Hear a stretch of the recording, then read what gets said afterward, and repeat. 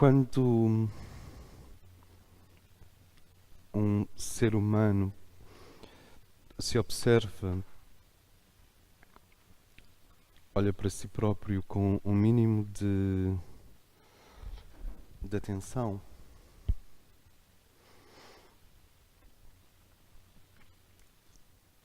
tanto quanto eu posso perceber,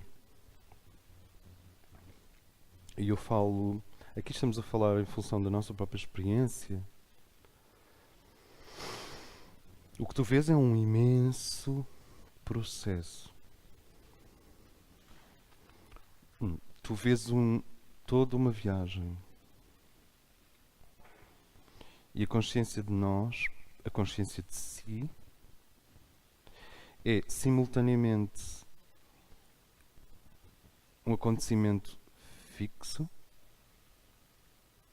porque este polo de identidade que o indivíduo chama o eu não muda todos os dias. Há um núcleo que é duro, há um núcleo fixo, e ao mesmo tempo ter consciência de si é contemplar, paradoxalmente, uma imensa metamorfose, uma metamorfose constante, uma mudança constante. E essa condição híbrida, combinada, da consciência do indivíduo quando se observa a si mesmo, é um tanto ou quanto é paradoxal e deixa-nos, eu diria, perplexos. Eu sou isto que não muda? Ou sou esta mutação constante? Eu sou este elemento carismático, central, quase autossuficiente? Olá. Eu sou este elemento central, autossuficiente, ou eu sou esta metamorfose constante? Então, quando o indivíduo olha para si próprio com alguma clareza, ele sente esta combinação de uma presença fixa, uma garantia, um existente, uma essência, e ao mesmo tempo ele percebe uma metamorfose, como se a sua psique fosse o leito de um rio e, à medida que as águas passam, o fundo do leito está sempre a mudar de forma. E há peixes psíquicos diferentes que passam nesse rio. A pessoa está constantemente em mutação. E esta é a base. Este acontecimento na consciência,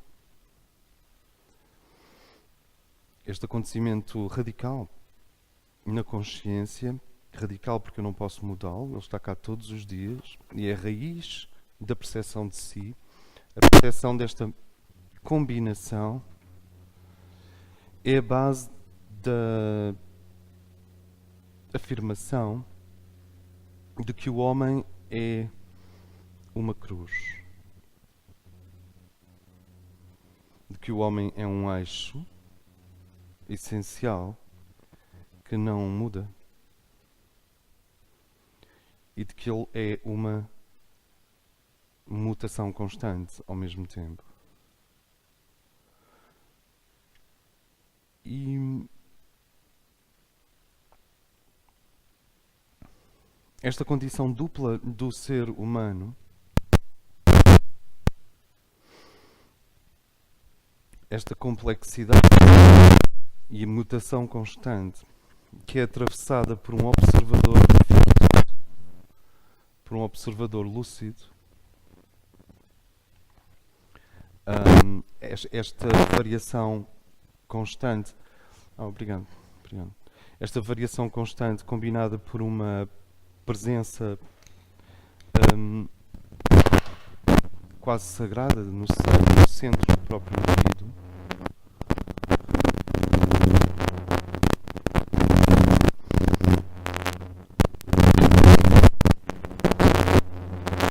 dá-nos também uma noção de tempo oposta. Um tempo cronológico, linear, uma evolução no tempo, uma mutação, e um tempo em que nós somos eternos. Somos co-eternos com, eu diria, o divino. E existem muitas disciplinas que falam sobre a grande horizontal que é a nossa mudança constante. As psicologias. Existem disciplinas que se referem a essa grande...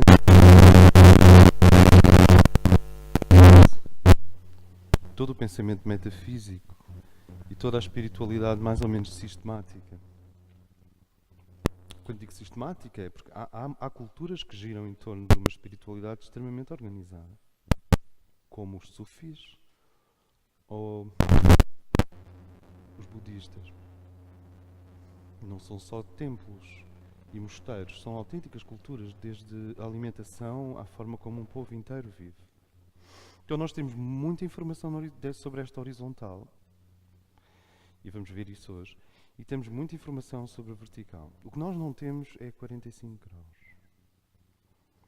É a combinação entre esse observador sagrado no centro da nossa consciência e a forma como nós criamos e recriamos os dias, a forma como nós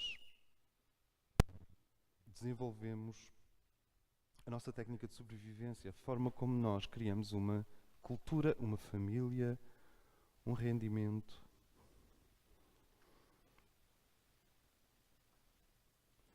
E é muito interessante porque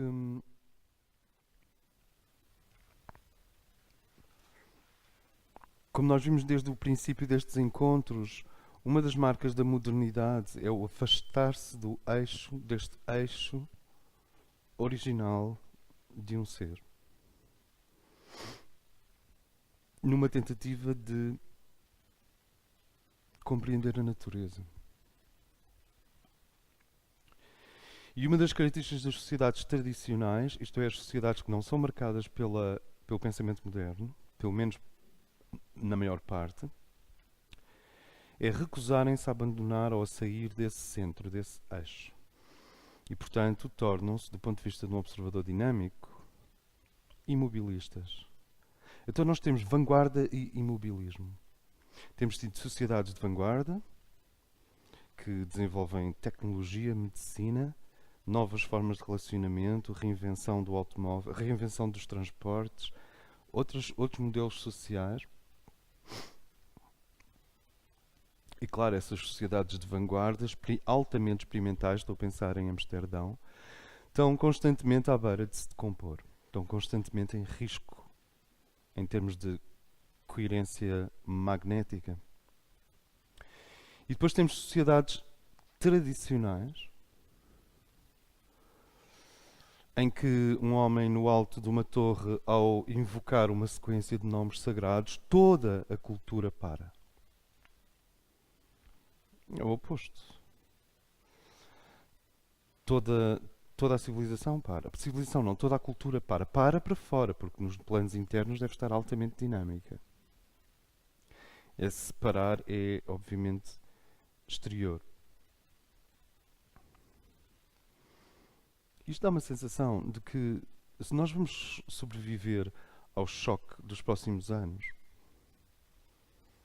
é através de uma combinação muito misteriosa entre modernidade e tradição. Entre o eixo vertical que atravessa todos os seres e a necessidade de invenção social, a necessidade de invenção cultural, a necessidade de invenção relacional, a necessidade de imaginação se libertar. A combinação destas duas coisas ainda não existe na Terra. Talvez porque a Terra tem sido um ambiente onde muitas experiências têm convergido. É um planeta que não segue, aparentemente, um programa muito claro.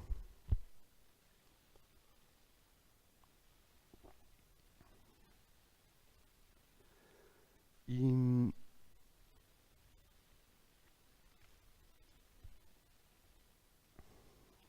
nós temos usado vários modelos de compreensão no espaço. Temos usado modelos verticais, como a escada. E quando falamos em mundos ardentes, mundos subtis e mundos concretos, estamos a usar uma escada. Usamos o exemplo da espiral, que é outra distribuição da compreensão no espaço, para nos referirmos ao logos planetário. Quando dissemos que estas várias forças que compõem o nosso planeta convergem para um ponto de alto significado, o logos. E usamos a pirâmide para referir-nos também a sequências capazes de nos fazer compreender as coisas. Ou seja, nós já passamos por uma compreensão em escada, através de vários patamares. A tendência é colocar o divino em cima e o humano em baixo. Escada. O Ocidente lida muito com escadas. A Igreja Católica não lida muito nem com pirâmides, nem com espirais, nem com círculos. Fundamentalmente com sequências em escada. E depois utilizamos muitos outros modelos. Não, utilizamos pelo menos mais 2 modelos. A espiral, quando falamos do logos planetário, não sei se vocês recordam. E comparámos as forças criativas do planeta a uma sequência de espirais concatenadas entre si. E essas espirais ligadas entre si vão desde o biológico, bioquímico, psicológico, histórico, dialético, tecnológico, artístico, comportamental, social. Que ponto é este ao centro? Que ponto é este que atrai todas estas... Porque, de uma maneira geral, nós não vemos as coisas a dirigirem-se em linha reta para o centro. Não conseguem. É impossível. Nem o logos permite.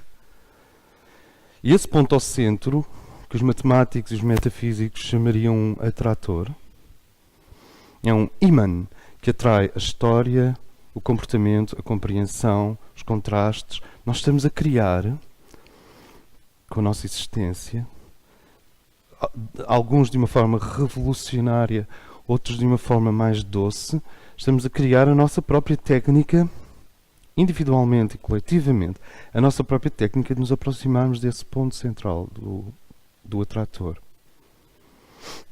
Quando falamos em logos planetário, nós estamos concentrados na Terra, neste planeta. E depois utilizamos também a pirâmide para descrever a nossa evolução na direção da luz e a dádiva que a luz faz à nossa evolução. As 2 grandes adaptações progressivas. Então reparem, nós já lidamos com esquemas lineares, já lidamos com espirais dentro de outras espirais,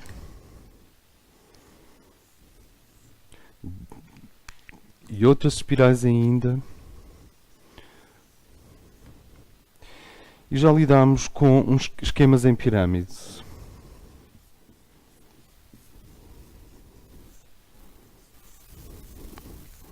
Neste caso a pirâmide é uma mastaba, mas a ideia permanece. E isto afinal são formas de distribuir na nossa consciência o entendimento. Isto é, de organizar o entendimento. São esqueletos para o conhecimento. Aqui existe um baixo e um alto. Há pessoas que não gostam deste tipo de linguagem. Não gostam de uma linguagem que refira superior e topograficamente inferior. Não?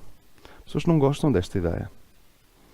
O Ocidente é especialista em esquemas, em organizar as coisas assim. Se você olharem para a tabela periódica, ela para todos os efeitos é uma organização de caixinhas. Cada caixinha contém um número e é uma sequência linear. Depois existe aqui outra referência. Esta referência já não é de superior e de inferior, mas é de exterior e interior. É outra divisão psíquica e psicológica e espiritual dentro de nós. Mais extrovertido ou mais introvertido. E apontando para um centro ou próximo da periferia. É outra organização. O Oriente lida muito com esta organização. A mais simples de todas é o centro e o círculo. Então, aqui embaixo nós podemos pôr o círculo e o centro.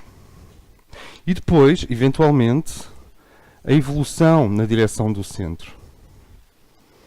Este é o modelo oriental. Grande parte do Oriente gira em torno de círculos. E grande parte do Ocidente gira em torno de tótems. Digamos que o Ocidente é mais yang na sua organização da compreensão. E o Oriente tem sido, claro que estas coisas não podem ser reduzidas, mais yin. O paradoxo é que misticismo não existe no Oriente. Existe no Ocidente. E o misticismo é yin, não é yang. Ou seja, depois destas organizações muito bem conseguidas do pensamento espiritual, surgem os místicos. E os místicos não querem saber disto para nada, como vocês sabem. Eles querem sentir. Então, só aí vocês têm um exemplo de como, quando se insiste muito no modelo, por vezes escolhemos o oposto. E os budistas, que lidam muito com o centro e com o círculo, o budismo em geral, é muito organizado em termos ocultistas. Ou seja, tem um pensamento yang. Não sei se me faço entender. Estou só a lidar com estes conceitos assim de maneira um bocado generalista. Peço desculpa. E a pirâmide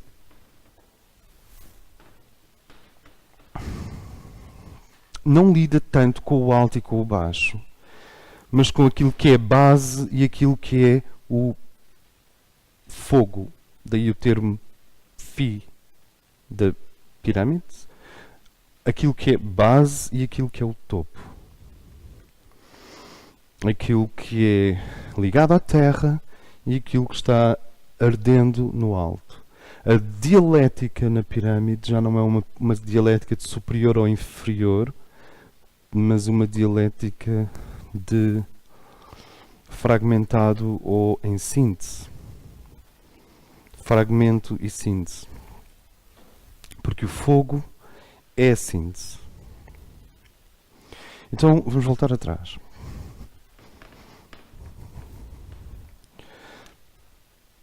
Quando o indivíduo se observa a si próprio, ele sente uma corrente de pensamento, de sentimentos, de emoções e de ações que estão sempre em metamorfose. E ao mesmo tempo, existe esse núcleo central que não muda nunca. E a maior parte das culturas e do pensamento espiritual na Terra tem estado a tentar ligar estes dois polos. Uma forma de ligar estes dois polos é em linha reta, escadas. Outra forma é em espiral ou um círculo e um centro. E outra forma é em pirâmide. O que é universal é a sensação dupla de existir para fora e de estar fixo como identidade imaculada no centro, como um olho que nunca é perturbado. Vocês vão reparar que quando estão a chorar, há uma parte de vocês que não está a chorar. Está a olhar para a parte que está a chorar. Eu não me lembro de chorar completamente. Tenho uma parte de mim que chora e a outra está assim muito a olhar, mas ele está a chorar porquê? Tem as duas partes, sempre essa dualidade, sempre essa complexidade. Se vocês quiserem, essa riqueza. E se eventualmente uma pessoa estiver eufórica, há outra parte que diz, mas estás eufórico porquê? Tens sempre uma parte de ti que não adere à experiência exterior.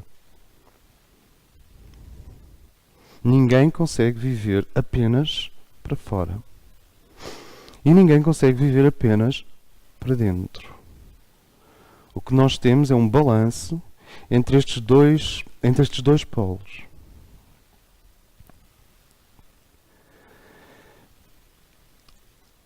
Eventualmente, com as visitas que os anjos faziam à Terra, em fases do desenvolvimento deste planeta em que a comunhão com a hierarquia celeste era mais tangível, era mais visível, esta dualidade entre um centro e uma periferia dentro de nós foi sendo traduzida também como uma dualidade entre os homens e os anjos, ou entre a Terra e o céu. Isto é, além de microcósmica, foi também concebida macrocosmicamente, de forma universal. E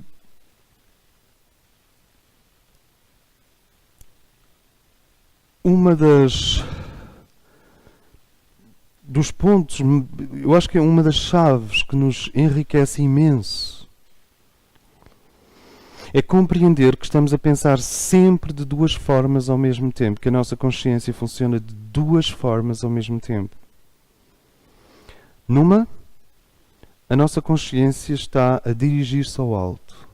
Para se dirigir ao alto, só pode ser a consciência que não está no alto. É a consciência biológica, é a consciência cerebral, é a consciência bioquímica, é a consciência psicológica, psicoafetiva e emocional. Essa dirige-se ao alto. Bom, dirige-se ao alto quando se dirige ao alto. Mas vamos partir do princípio que sim, que se dirige ao alto. E simultaneamente nós temos uma agência, um poder, uma presença que não se dirige ao alto, está constantemente a dirigir-se para baixo na nossa direção. E isso é o sábio em nós. O indivíduo mais tolo, se alguém lhe perguntar um conselho de sabedoria, ele diz uma coisa incrivelmente sábia. Porquê? Porque outra pessoa não se dirigiu à parte tola dele, mas à parte sábia. E sempre que alguém se dirigir à vossa parte sábia, vocês são automaticamente sábios. Por isso é que as famílias não funcionam, porque toda a gente acha que conhece o outro. Porque os filhos acham que conhecem os pais acham que conhecem os filhos, e as famílias vão se degradando na direção da ignorância. Porque a família não tem sido um espaço de estímulo à reverência, à autorreverência e à reverência do outro, que abre passagem para o sábio que existe dentro do outro.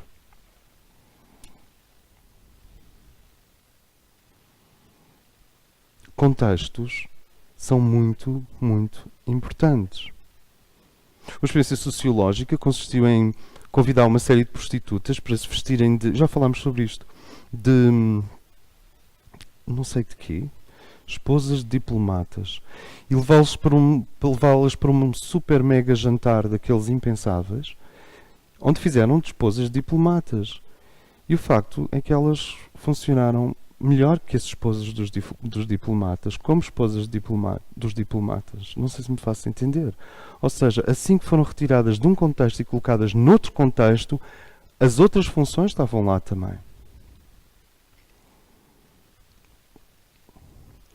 E isto é a base da nova educação. Como é que se começa a falar com outra pessoa? A partir de que ângulo? Porquê? Se nós falarmos com outro ser partindo do princípio que ele é incompleto, estamos a estimular a pirâmide que sobe. Estamos a estimular a consciência que ascende. Estamos a estimular o indivíduo psicológico a caminho das iniciações. Se falarmos com um ser, se nos dirigirmos a um ser e por extensão a todos os seres e por extensão à própria vida e, portanto, se nos dirigirmos a nós mesmos, a partir da consciência de que somos seres de luz, isto é, que somos não apenas uma consciência que ascende, mas uma potência espiritual que está a descer, o que é tão verdade quanto a outra afirmação, o sábio no outro vem ao de cima em segundos. A qualidade da locução estimula que parte do outro é que vem ao de cima. Como é óbvio, não é? Acho que isto é super mega óbvio. Se pensarmos bem. Claro que, para ser honesto, nós não somos nenhuma coisa nem outra em termos finais. Temos estas camadas de consciência que estão a tentar chegar ao alto e temos uma série de camadas de consciência que estão a tentar atingir o cérebro. Estão a tentar descer. Portanto, o ser humano, quando se observa a si próprio, o que ele observa é esta dupla corrente. Uma corrente que se eleva da ignorância e está a tentar fixar-se na luz. E uma corrente que se desprende de uma luz imensa, onde o conhecimento existe porque existe e não porque foi conquistado ou construído, não é empírico, não é experimental, em que o conhecimento existe porque existe e está a tentar colonizar, centrar-se, ancorar na nossa consciência cerebral. Todos os seres humanos são esta dupla corrente. Todos os seres humanos são esta dupla realidade. E as figuras, nós temos utilizado esqueletos para algum conhecimento. Claro que o processo ainda está no início. Mas temos utilizado esqueletos para algum conhecimento. A escadaria é um desses esqueletos.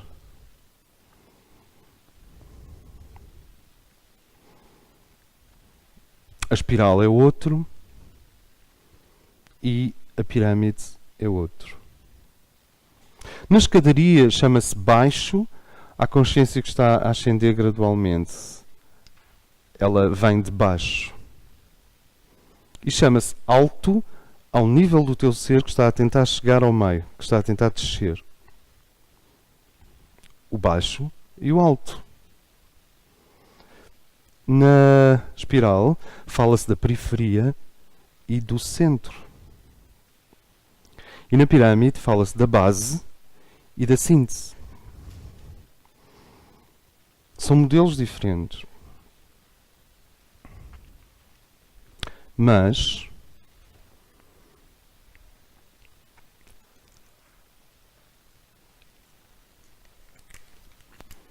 a consciência de que existe um eixo e um anel que se move ao longo desse eixo, a consciência de que existe um eixo e um anel que se move ao longo desse eixo, ela existe em quase todo o planeta. A noção de que nós somos um movimento.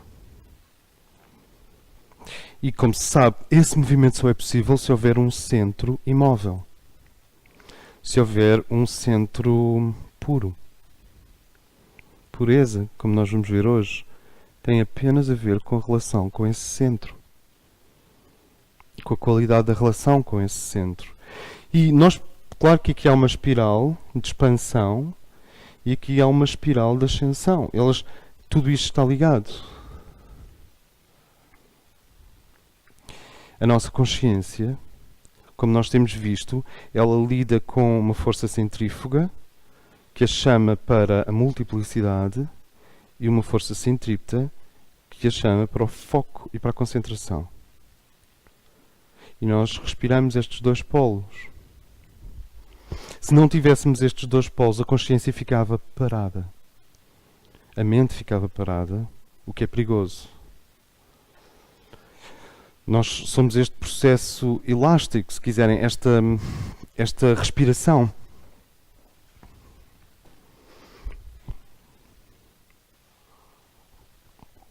Paula? Sim.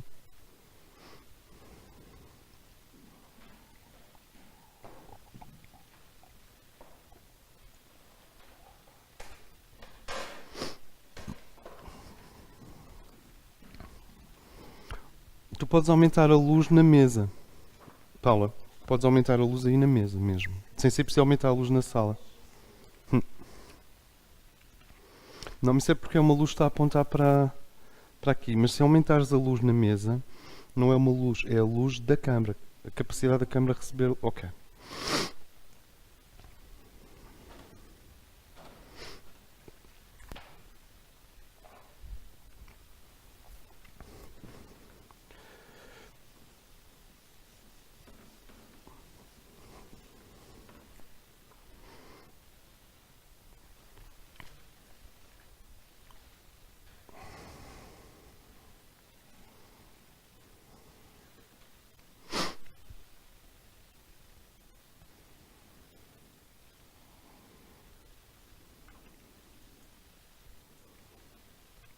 E nós temos vindo a chamar gnose o que acontece quando um ser mergulha em si próprio até um grau de absorção no qual este conhecimento do mundo, este conhecimento centrífugo, tornou-se secundário ou deixou de ser importante. A gnose não é ciência. Não é ciência. A ciência lida com sujeito e objeto, eu e o mundo. A gnose lida com a sensação absoluta de si, que tende a ser divina. Está nos antípodas do narcisismo, do egoísmo e da vaidade. É uma coisa completamente secreta e interna. O processo gnóstico é um processo através do qual eu vou caminhando ao longo destes anéis até ao centro. E se eu atinjo o centro, o que é possível, na chamada contemplação profunda, que não é uma contemplação do mundo, não exclui, mas não é uma contemplação do mundo, não é uma contemplação das cores, dos sabores, dos cheiros, é uma contemplação pura do centro do ser. Esse é o ponto gnóstico. Não há sujeito, nem há objeto. Há o eu absoluto. E esse é o objetivo gnóstico.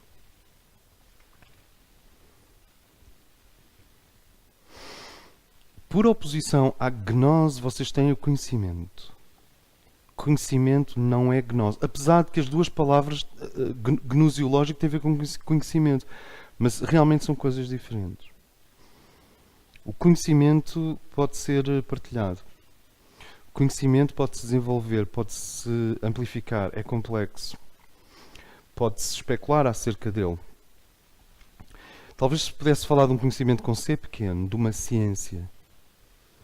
Mas a gnose não é um conhecimento, nem é uma ciência. É uma certeza absoluta baseada numa autoabsorção. É uma total segurança perante o universo. Claro, esse estado central tem consequências. Ele produz um campo vibratório. Não é uma abstração estéril. Ele produz uma competência existencial. Produz uma segurança perante a existência. Então, de certa forma, nós temos constantemente, nós temos vindo a aprofundar até agora esta vertical, antes de mais nada. E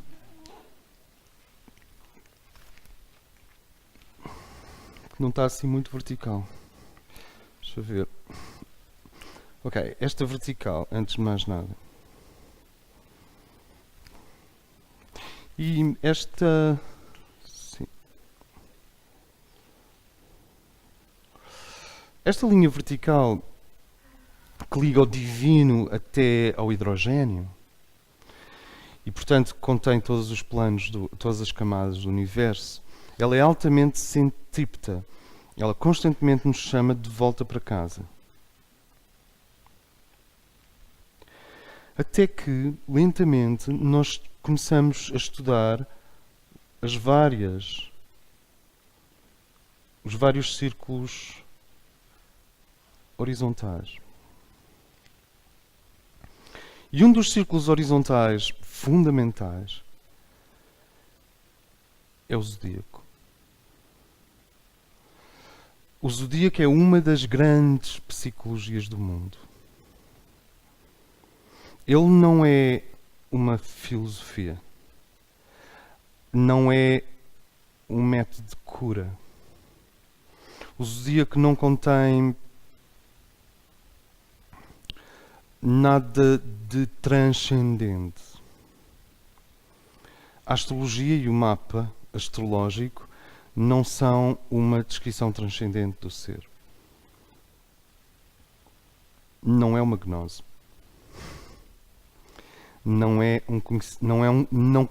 Não contém o estado gnóstico. Pelo contrário, é o oposto disso. É a divisão de um ser em 360 graus. Em 360 pontos.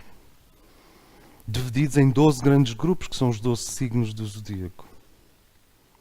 A vantagem do conhecimento astrológico é que quanto mais forte ele é num ser, mais segurança tu tens para mergulhar no nível gnóstico.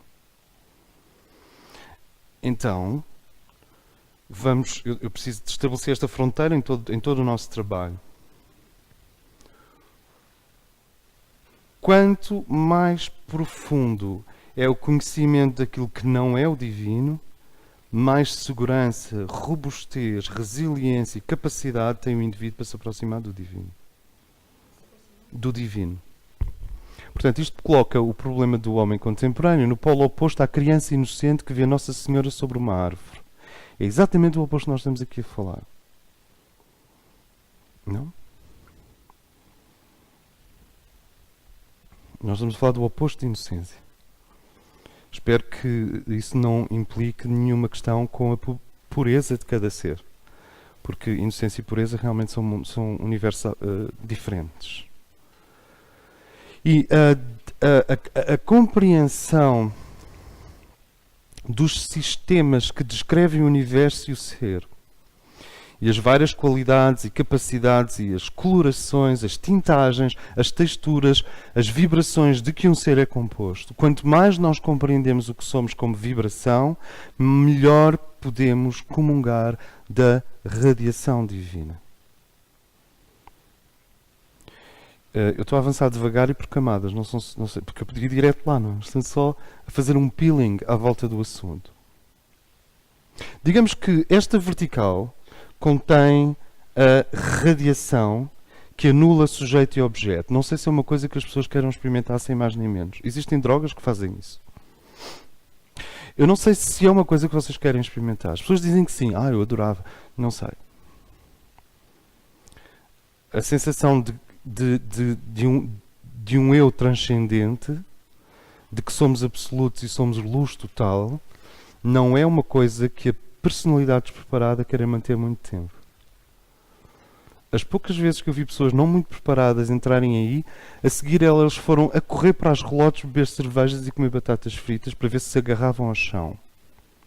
Deus é terrível. Não sou eu que o digo, são as tradições. Eu não tenho que ter nenhuma opinião, as tradições já existem, não é preciso opinião. Deus, o divino, é terrível. Deus é um fogo ardente. Deus é um fogo devorador. Tudo arde. Os signos vêm do divino. Deus liberta signos. Signos, como no último encontro que nós demos, ou nos últimos encontros, em que se falou do signo como algo que está para além do símbolo. Deus é totalmente magnético. Todo o amor que existe são diluições homeopáticas do amor divino. E, no entanto, sendo terrível, não te apaga. Não te anula, não te aniquila. Não é esse tipo de terrível. Esse até nós percebemos. Não, é mais terrível do que anula e apaga e aniquila. Ainda é mais terrível. Então, uma boa parte do trabalho espiritual sério consiste em preparar, daí o termo preparação para as iniciações, preparar o ser humano para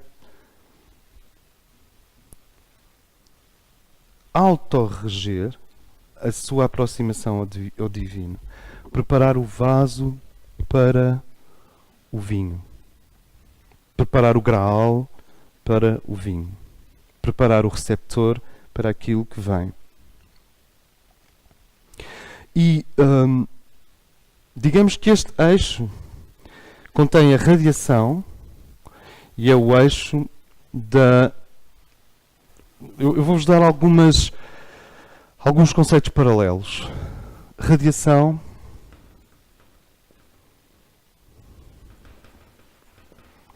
glória,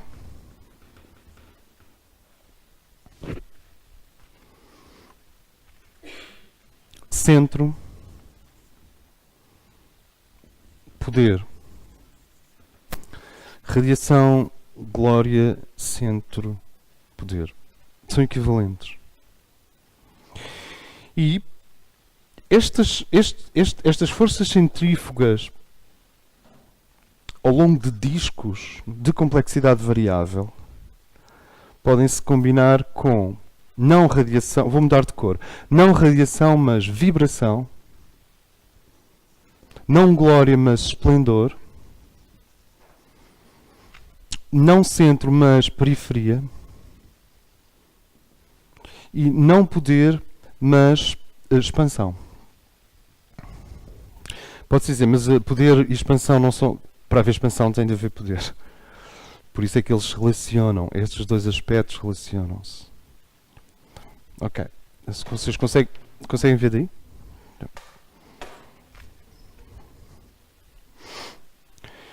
E esta duplicidade existe em nós. Nós somos atravessados por um eixo que é radiação, poder, vontade, glória, centro. E em torno desse eixo existem várias personas, vários níveis que lidam com expansão, periferia, esplendor, vibração.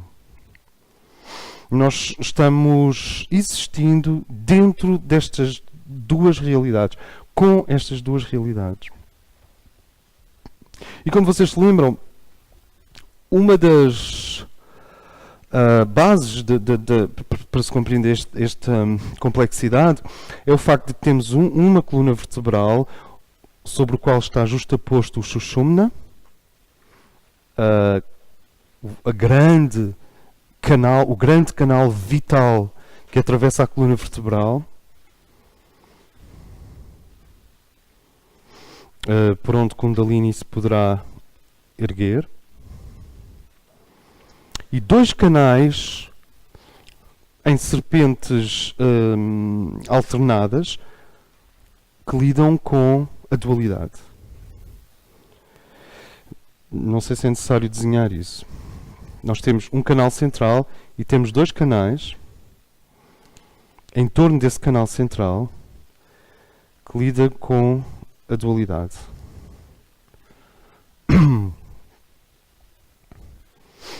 E isto realmente é a mesma coisa. Só que este é bem conhecido até das farmácias. E, portanto, nós podemos ir para este aqui, que... Bem, eu não sei se haverá algum símbolo mais antigo que a árvore.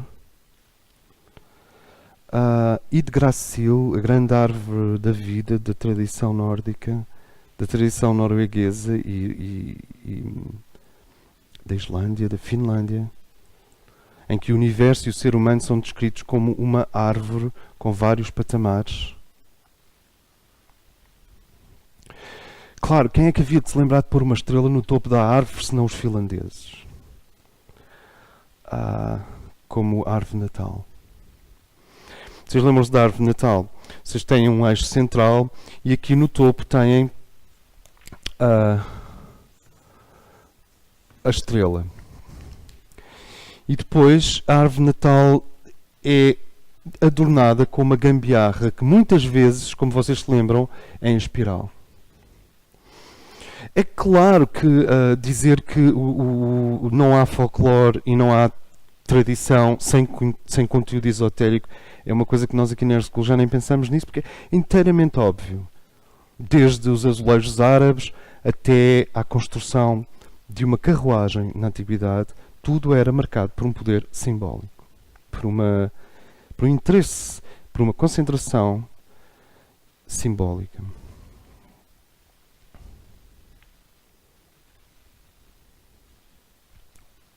Quanto mais longe do topo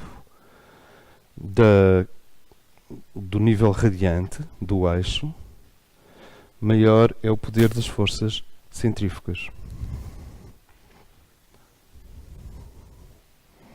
Quanto mais próximo do topo desse eixo radiante, menor é o poder das forças centrípetas.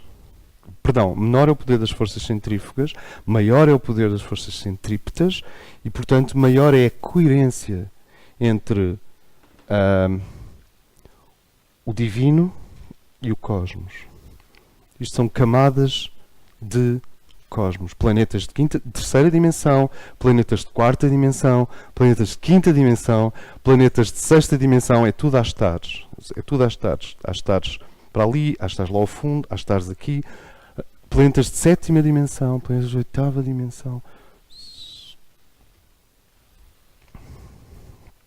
Estes ramos das árvores, destas árvores simbólicas, e vocês reparem, elas existem, a árvore simbólica está no Islão, está no judaísmo fortemente, mas esta representação é mais dos índios norte-americanos e da Finlândia. Para todos os efeitos, é sempre a relação entre um eixo de poder com forças expansivas, com forças que se afastam desse eixo de poder. Então, uma das fronteiras neste trabalho que nós estamos a fazer na Air School seria mais ou menos consolidar este ponto. Gnose não é conhecimento. E uma coisa não justifica nem anula a outra. Um ser que tem uma experiência de gnose, e notem que eu estou a evitar entrar no nível psicoafetivo das experiências espirituais. Eu hoje não estou a falar no amor. Um ser que tem uma experiência de gnose, isto é, em que ele sabe que ele é o universo inteiro, em que ele sabe que uma gota de água sobre a mão dele é o universo inteiro, em que ele sabe que o todo se reflete em cada parte de forma perfeita, em que não há sujeito nem objeto, enquanto tu caminhas na praia ao fim do dia, é Deus que caminha na praia ao fim do dia, em que o ego e o pequeno self e todos esses fatores tão úteis para a vida do dia-a-dia, naquele momento, por uma graça, são suspensos, e tu rompes com a membrana eletromagnética da existência na terceira dimensão, e então estas duas consciências, aquela que sobe e aquela que desce, fundem-se. A consciência que ascende, a consciência humana, e a consciência que descende, a consciência monádica, unem-se momentaneamente. E o estado gnóstico é um estado em que, bem, tudo isto que estamos aqui a fazer é inútil. Nesse estado, não serve para nada. Porque o que nós estamos aqui a fazer é lidar com o conhecimento. No estado gnóstico, tanto o eixo do ser como os seus níveis horizontais desaparecem. Até mesmo o eixo desaparece. É apenas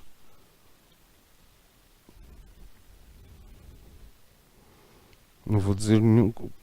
Do ponto de vista psicológico, há pessoas que falam no vazio, no nada, no todo, mas essas experiências isso são termos antagónicos. Vazio é por oposição a pleno, nada é por oposição a tudo. Continuamos no nível da linguagem.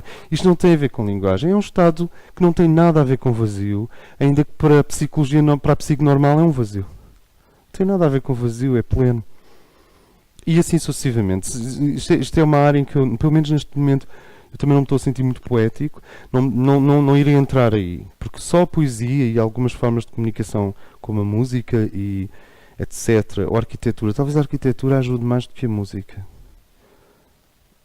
os templos de Luxor no Egito. Os templos servem muito para os povos lembrarem a outros povos e gerações lembrarem a outras gerações que já estiveram lá. Agora, esta é uma fronteira importante. Gnose não é conhecimento, conhecimento não é gnose, e ambos se estimulam. O outro ponto é que as disciplinas e o trabalho horizontal servem para fortalecer o indivíduo na sua capacidade de receber esse momento gnóstico, de receber essa unidade, de receber a sensação do todo, a experiência de estar unido com o todo. E mais ainda, quanto mais estruturado for o conhecimento, quanto mais, e aqui eu não me refiro à acumulação de terminologias, nem a diagramas, nem ao conhecimento no sentido de uma coleção de saberes, mas refiro-me à sua qualidade estruturante. Porque eu posso ter muito conhecimento e não estar estruturado em função dele. Eu posso ter muito conhecimento e não consigo extrair essa força estruturante. O conhecimento serve para estruturar, para dar... Bem, deve servir para mais coisas, mas serve para estruturar, serve para dar rigor a um ser. E serve para que tu te aproximes desse centro radiante e possas voltar. O conhecimento serve para complementar a gnose. Se a força do nos puxa para além de nós próprios, o conhecimento ajuda-nos a contemplar o E todo o conhecimento tende para uma contemplação cada vez mais precisa da unidade. E enquanto for conhecimento, não é unidade. Belo paradoxo. Enquanto for conhecimento, não é o Não há conhecimento com o E esse é o problema da linguagem, é o problema do conhecimento, é o problema da memória, é o problema dos saberes. Os saberes, por mais sábios que sejam, e os conhecimentos, por mais conhecedores que sejam, há um momento em que só aumentam a sensação do dois. Todo o conhecimento está relacionado com dois. Sujeito, objeto. A gnose é uma comunhão com a única realidade. A única coisa que existe. Só existe uma coisa. Só existe uma coisa. Só que essa coisa tem um plano. Mas só existe uma coisa. E não é uma coisa, é uma pessoa. E nós somos como hologramas, filhos é só uma maneira de dizer hologramas, dessa única coisa que existe. Então, um dos conhecimentos... reparem, as disciplinas esotéricas são como que círculos em torno desse eixo. E os conhecimentos esotéricos ajudam-nos a compreender esses círculos. Eles localizam-nos nesses círculos. Quando nós estamos a trabalhar uma disciplina esotérica, nós não estamos no centro. Numerologia, letras sagradas, astrologia, tarô, geomancia, geometria sagrada, arquitetura sagrada, simbolismo. Tudo isso lida com estes patamares horizontais.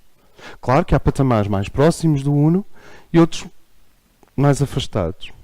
O que é interessante na árvore de Natal é que ela reúne os três diagramas que nós descrevemos há bocado. A escada, a espiral e a pirâmide.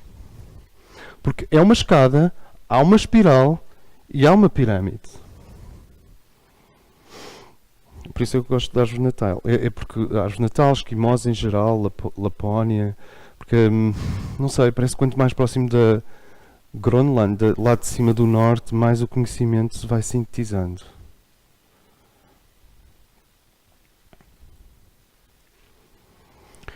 Este ponto é muito importante. A gnose não é conhecimento e o conhecimento não é gnose. E ambos se ajudam. Primeiro, o mergulho e a comunhão no Uno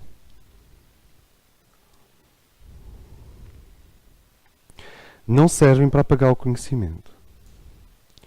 E o conhecimento não substitui a união com o Uno.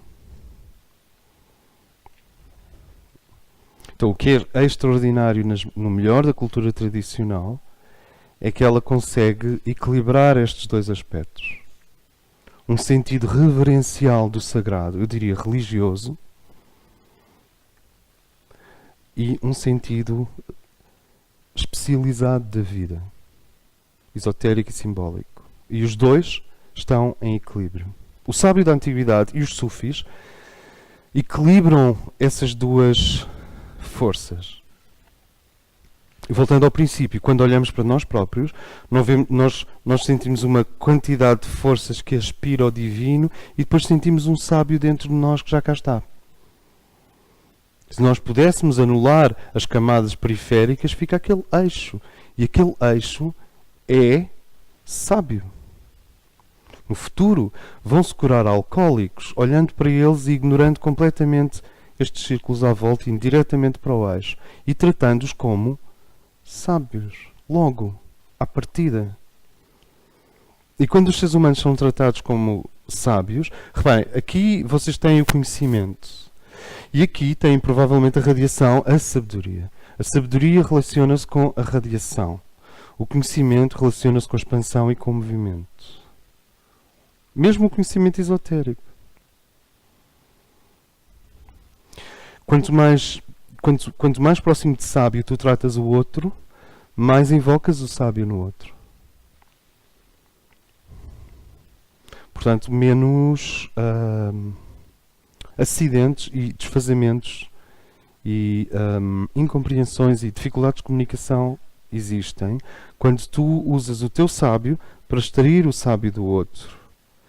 Por isto é necessário ter um olhar mais atento para o que é sábio do que aquilo que é tolo ou ignorante, por favor. A mesma coisa. Bastante a mesma coisa. Nós temos usado o termo autorreverência para descrever a relação do indivíduo com o seu sábio interior ou com a sua sábia interior. Para haver autorreverência tem de haver uma suspensão da autocrítica crónica, patológica. Autocrítica, como nós vamos ver mais à frente, quando ela é crónica e patológica, já não somos nós, são as forças evolutivas. Que é outro fator no meio de tudo isto.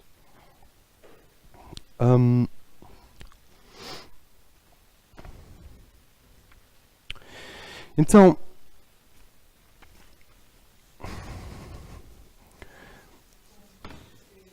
sim.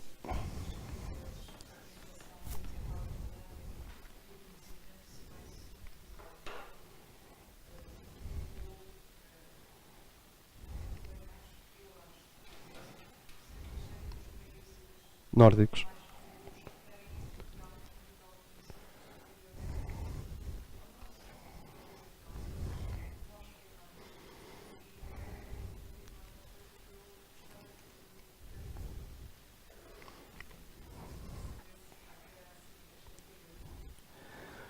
Aparentemente,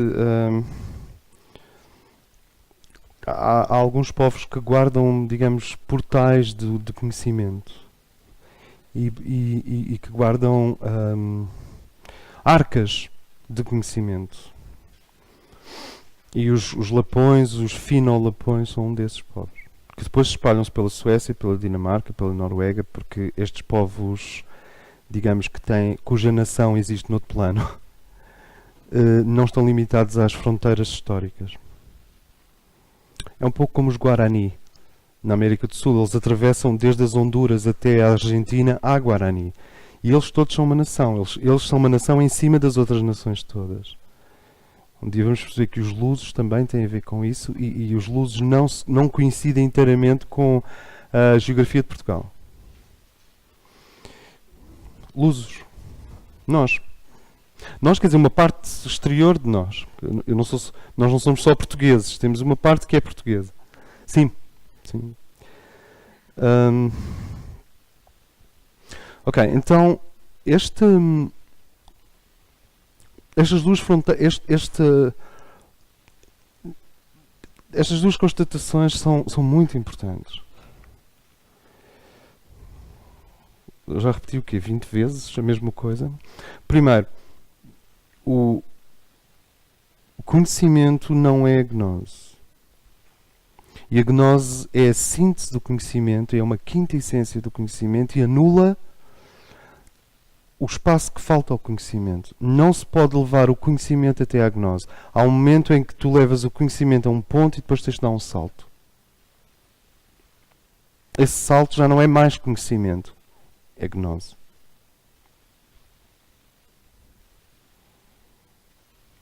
Mesmo as línguas angélicas são insuficientes para revelar o centro.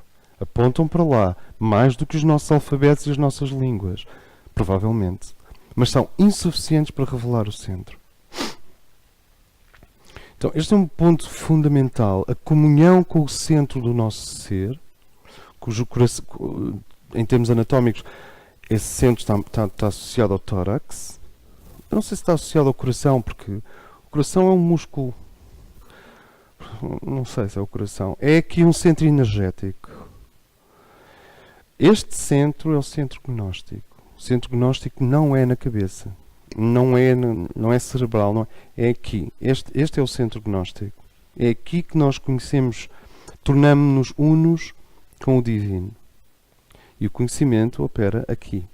Claro que eles invertem. Há um conhecimento que vem do coração, se quiserem, há um conhecimento que também vem deste centro. E há intuições gnósticas no centro da cabeça, mas basicamente a região do tórax é a região gnóstica e esta é a região do conhecimento. E ambos são fundamentais. Eu digo que ambos são fundamentais porque um é essencial, mas o outro revela a essência. A essência precisa de ser revelada. Se não houvesse criação, não haveria azul, só havia branco. Não havia cor. A cor é aparentemente uma redução da luz branca. Por outro lado, mostra-nos o quão imenso é o divino. O quão vasta são as possibilidades de combinação. E uma das disciplinas fundamentais para o indivíduo se compreender não como eixo, mas como um ser criado, como uma entidade criada, é a astrologia. Isto é,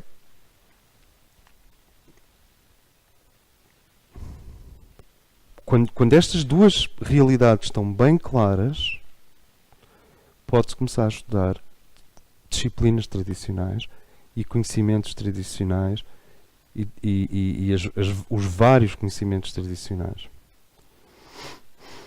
Antes disso,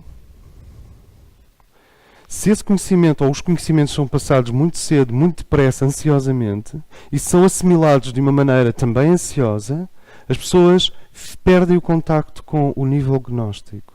Ficam fascinados com o caleidoscópio do conhecimento espiritual e podem demorar vidas inteiras até voltarem a relacionar-se com esse eixo.